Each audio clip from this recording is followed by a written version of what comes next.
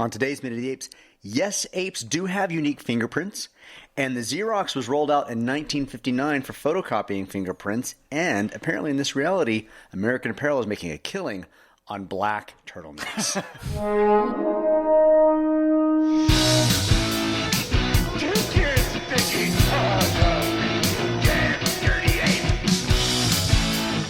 Exercise with an ape maker, human down. It talks. Nobody is of the divine bound. We are determined to know what the apes want, war or peace.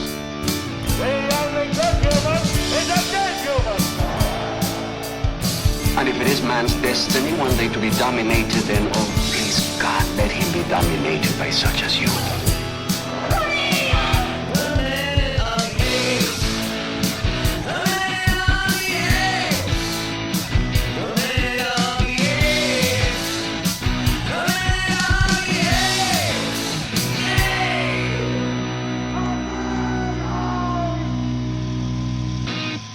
Hello and welcome to Minute of the Apes, a daily podcast where we break down every minute of the Planet of the Apes movies, one minute at a time. I realize you're doing the infamous Star Wars Galaxy of Heroes. He's got his app out. Well, now I want my app out. It's 6 o'clock. Things are rolling. Oh, around. that's right. I'm sorry, he pulls his out. You have to pull yours out too. Whose app is bigger? I mean, it's a competition, clearly. Whose galactic power is bigger? Do you think there's anybody out there that, number one, You've doesn't been know playing with yours longer than I have. Gross. Stop it. The more you play with it, the bigger it gets. Stop. Gross. We're going to get so much blowback over JJ's this. going to come over here and just slap us all. All right. I'm going to move past bigger and nastier talk and move on to apes. I know you totally would. Hey, by the way, my air conditioning set at 69. It's only Tuesday. All right. Minute 22, Sean. All right, we're gonna start. Be serious now. All right, be serious. Can I be Sean or be serious? Serious. We had a cheer that was like B, aggressive, B-E, aggressive, when I was a cheerleader. It's awesome. Do you hear that, by the way? B, serious. Hang on, did you hear that? E, serious, what? That's people turning off of what we're doing right now. Sound of podcasters on Click. Sean, tell us what's happening minute 22. All right, we're going to start minute 22 with shipment 507-I for Indonesia, ex-Borneo, now arriving at gate number 2, and ends with the announcer saying they want one additional set of prints for all chimpanzees on their files. All right, let's take a listen to minute 22 of Conquest of the Planet of the Apes. Shipment 507I for Indonesia, ex-Borneo, now arriving at gate number 2.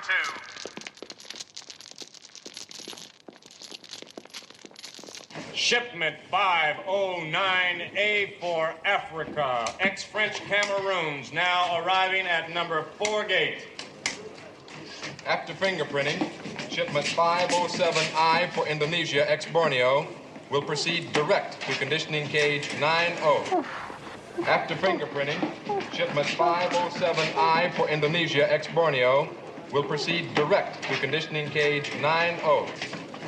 Immigration personnel are reminded that from tonight until further notice, police have requested one additional copy of all chimpanzee fingerprints for their files. Repeat, immigration personnel are reminded that from tonight until further notice, police have requested one additional copy of all chimpanzee fingerprints for their files. As of minute 22, we have a courtyard's worth of gorilla, chimpanzees, and orangutans, imported apes, Caesar, and a planet's worth of humans. Easy for me to say.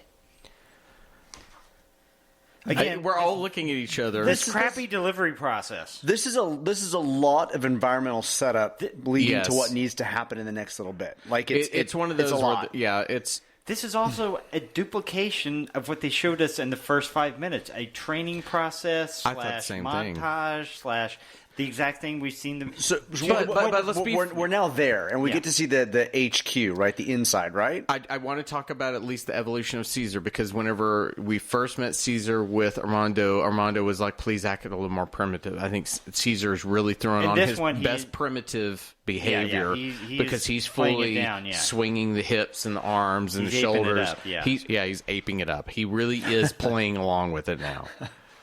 I'll always laugh at that. But so right away, there's a problem that's presented here that, at least for me, it's a problem. And we see Caesar brought in.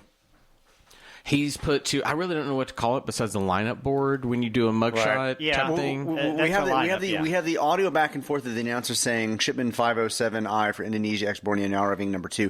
So we cut in from that voiceover on the exterior. We move inside to see this control room very, very briefly of several people in black jumpsuits and turtlenecks, shock, and they're at kind of command centers with their little clamshell princess phones still. Apparently the future has has not gotten rid of those things. You know what I'm talking about? Yes, I do. Well, 1990, we still had them. Come on. Did we?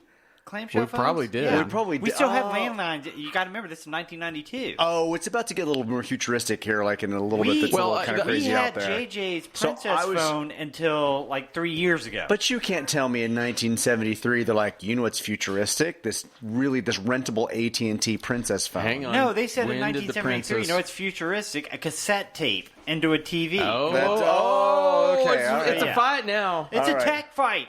Right. When did the Princess phone premiere? And they're still using synthetic fabrics. So anyway, monsters. So I want to get to 1959 is when the Princess phone, but that's not that picture's not exactly the one I was thinking of. Anyway, but regardless, when it starts, it doesn't stop until landlines in. They still make Princess phones now, I'm sure. And they still have the old like punch button stuff, right? They don't have like the. So Caesar's brought up to this little mugshot area. Well, he's walked out of the cage, and we get some really, really bad ADR of chains moving as they walk him through. Okay, great. Your ADR comment even feeds into what I want to talk about. Because the ADR was like chains as they walk him through. Metal. Then they cut back to the announcer to bring us back inside again because the announcer has got another little speech about shipment 509 for Africa. That's when we get inside with Caesar, who's suddenly clothed. Well, yeah. But you did do a cut from one location to the other, and they're all clothed in there. You can say that somewhere along there the assimilation that put clothes on them did occur. We have an orangutan in a yellow jumpsuit that is being walked out of what has one of those height lineups that you get like in the police stations. Lineup. And it's got a camera, and then it? Well, it's got something that looks like a camera. It might be a TARDIS. I don't know. This is where my issue comes in because I'm going to talk about sound. We've had the ADR chains, and now you're seeing camera, and you assume because you see mugshot area, pictures are taken. Go ahead. Okay, so Caesar's brought in. He's now in the familiar green chimpanzee jumpsuit. So this kind of weird, like, hustle in and out. We don't see this movement to them getting clothes on. Not that I need it, because now we're in a light area, and they definitely probably did not want to see him in his ape suit, kind of walking into his birthday ape suit. So they bring him in, they put him along the thing, and I guess Roddy it's all sixes. Is every number on that wall a 6? No, because he's kind of... Okay, there's a 5. There's a 5. The 5. Okay, so he's a 5, but then there's a 6, so he's like just short of 5. And we have a box that lights up like a... it pops a light. It pops a light like a flash. Well, actually it's not a flash. It comes on. Well, and then it goes off. This is where my problem occurs, because what you're insinuating is that we have to take a picture of him for the records. A mugshot of some sort. And all you hear in the sound mix is a click, like somebody's turned a light switch on. You hear not the pop. Click. You don't hear the...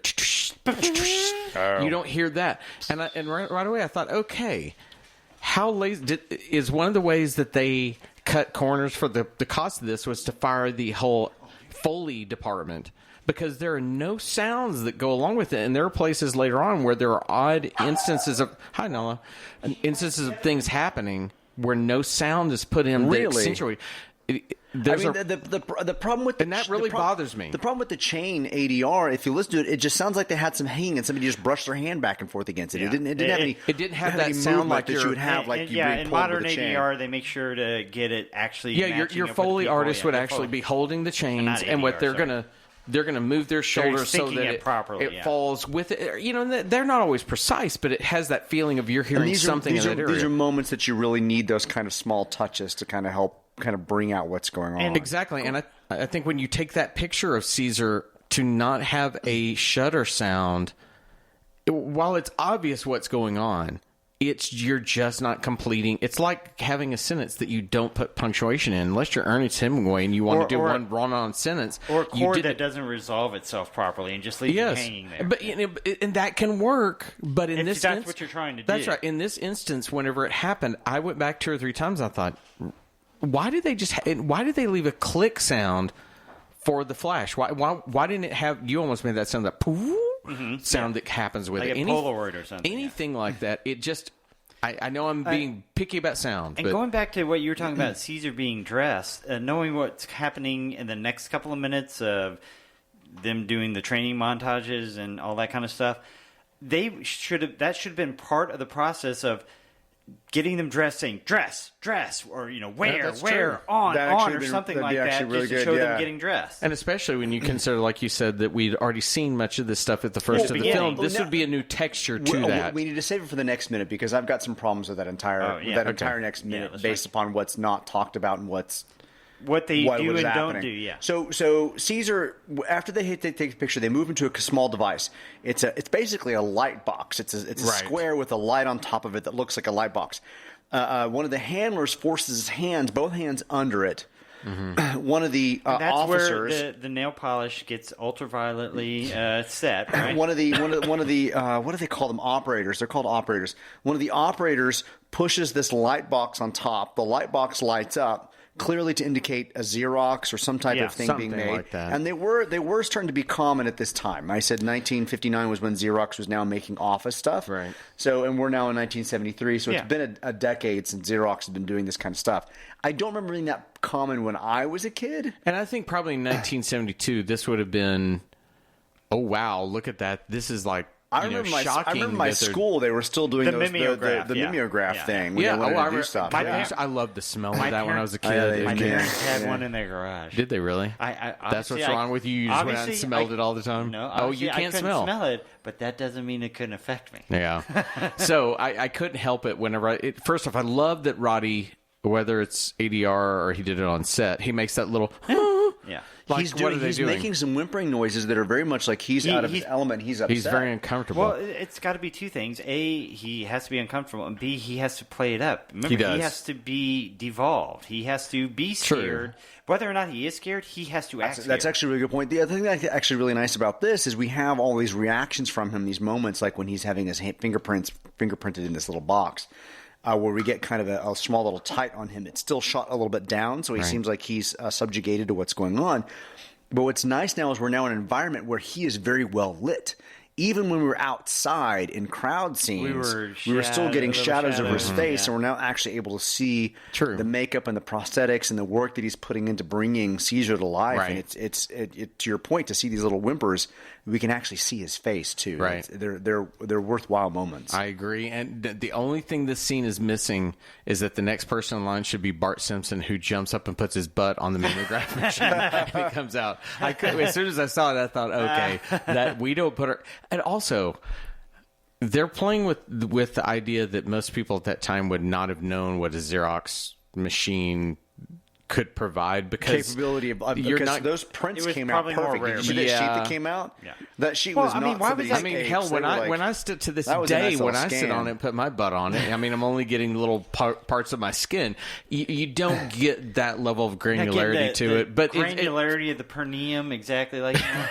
But what came out, taint. We can assume that it's some type of space age, like fingerprinting thing, because what came out was not a photo of his hands. It looks like a line. I do like the guard double checking it to make sure. These are right. Yeah, look, this is one where it's really unfair for us to look at what we know about copying machines and put it upon because at 72, that's like the cassette. But this is 72 projecting to 1992. Yeah, and so that's unfair of us. I think it's actually a pretty cool idea to try and do that.